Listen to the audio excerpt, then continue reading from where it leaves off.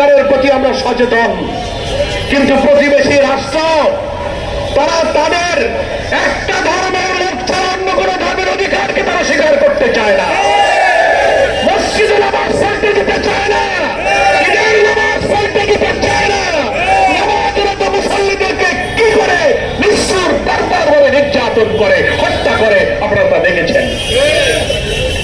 আমরা বাংলাদেশ সরকার, তার সমস্ত ইন্টেলিজেন্স সকলকে জানাতে চাই, আধিপত্যবাদীদের সেবাদারদের প্রচার অন্য ধর্মের লোকেরা বিভ্রান্ত হয়ে গেল এই সংখ্যাগরিষ্ঠ মুসলিম দেশের জনগণের বিরুদ্ধে কখনোই কোন বিষোদ্গার না করেন, সে অনুরোধ আমরা করে যাচ্ছি। সংগ্রামী দেশবাসী, আমাদের আজকের এই র্যালি পূর্ব সমাবেশে এক্ষুনি শেষ হবে এবং আমরা একসঙ্গে র্যালিতে যাত্রা করবো ইনশাআল্লাহ। আমি সবার কাছে অনুরোধ জানাবো, যে যেখানে দাঁড়িয়ে কথা শুনছেন সবাই শৃঙ্খলার সাথে এই বক্তব্যের পরেই সবাইকে আমাদের সঙ্গে র্যালিতে যেতে রাজি আছেন? তাহলে একটা বার্তা আমরা সরকারকে দিতে চাই। আমাদের অনেক বক্তা বলেছেন, জাতিসংঘ মানবাধিকার কমিশনের রিপোর্ট অনুযায়ী এই জুলাই অভ্যুত্থানের শহীদের সংখ্যা হয়েছে 1400। দুদিন আগে মানবতা বিরোধী অপরাধ ট্রাইব্যুনালের যিনি চিফ প্রসিকিউটর এখন, তিনি একটা বক্তব্য বলেছেন, আমরা হত্যাকাণ্ডের তদন্ত করতে গিয়ে দেখতে পাচ্ছি শহীদের সংখ্যা জাতিসংঘ যা বলেছিল তার চেয়ে অনেক গুণ যেন বাড়তে পারে।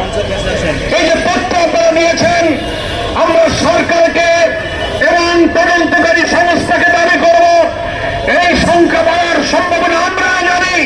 ফ্যাসিস্ট হাসিনা মৃতরাজকে আগুনে পুড়িয়ে ছাই করে দিয়েছে, গুম করেছে, অনেকের খবর হয় নাই। আমাদের বক্তারা বলেছেন, আহত লোকেদেরকে হসপিটালে রেজিস্ট্রেশন ছাড়া মর্গ থেকে গুম করে তার নাম তালিকা ঠিকানা কখনো রাখে নাই। আজকে এই সরকারের উচিত, যারা এই হসপিটালে দায়িত্ব পালন করেছে, যারা পুলিশে দায়িত্ব পালন করেছে, গোয়েন্দা ছিল, তাদেরকে শনাক্ত করে তাদের হত্যাকাণ্ড কোথায় কি ঘটেছিল দেশের প্রকৃত শহীদদের তালিকা প্রকাশ করতে হবে। জুলাইয়ের এই স্মৃতি, জুলাইয়ের এই গণ অভ্যুত্থান, জুলাইয়ের জাতীয় সমাজের প্রতি দুঃখজনক ভাবে আমরা দেখতে পাচ্ছি ক্ষমতাসীন বিএনপি সরকার অনীহা প্রকাশ করে জুলাইয়ের চেতনা থেকে তারা মুখ ফিরিয়ে নিচ্ছে। বিএনপি এমপিআই পার্লামেন্টে বলে যে জুলাইয়ের জন্য জুলাই অভ্যুত্থান জুলাই জুলাই করে এত আননেসেসারি জুলাই আন্দোলনের কথা বলার দরকার নেই। তার সাথে বিএনপি এমপিরা জুলাইয়ের চেতনার বিরুদ্ধে কথা বলেন, আওয়ামী লীগের খুনিদেরকে প্রশ্রয় দিয়ে তাদেরকে এই দেশে অনুপ্রবেশ করার পক্ষে সহানুভূতি জানান। জুলাই শহীদ স্মৃতি ফাউন্ডেশন নামে একটি ফাউন্ডেশন হয়েছে, জাতীয় শহীদদের যে জাদুঘর হয়েছে সেখানকার মুখ্য নির্বাহীরা দুঃখ করে বলছে, জুলাই চেতনার প্রতি মুখে কথা বলেন, জুলাই স্মৃতি ফাউন্ডেশনের কর্মচারীরা 5 মাস তারা বেতন পায় না, তাদের অনুষ্ঠানে রাষ্ট্রীয় কোনো অর্থ জোগাড় করা হয় নাই। আমরা প্রশ্ন করতে চাই, জুলাই আন্দোলনের বেনিফিশিয়ারি হচ্ছে বিএনপি, তারাই ক্ষমতায় নিয়েছে, কি বলেন ঠিক কিনা? জুলাই আন্দোলন না হলে এমপি মন্ত্রী সরকার আপনারা গঠন করতে পারেননি। এমপি মন্ত্রীদের বেতন তো বাকি নাই, জুলাই শহীদ স্মৃতি ফাউন্ডেশনের কর্মচারীদের বেতন কেন বাকি থাকলো?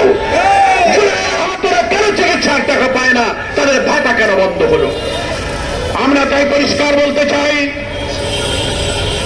এই শহীদ দিবসে সরকার যদি জুলাইয়ের চেতনার কথা সত্যি অন্তর দিয়ে বিশ্বাস করে থাকেন, তাহলে জুলাইয়ের চেতনার ভিত্তিতে যে জুলাই সমাজ, তার ভিত্তিতে যে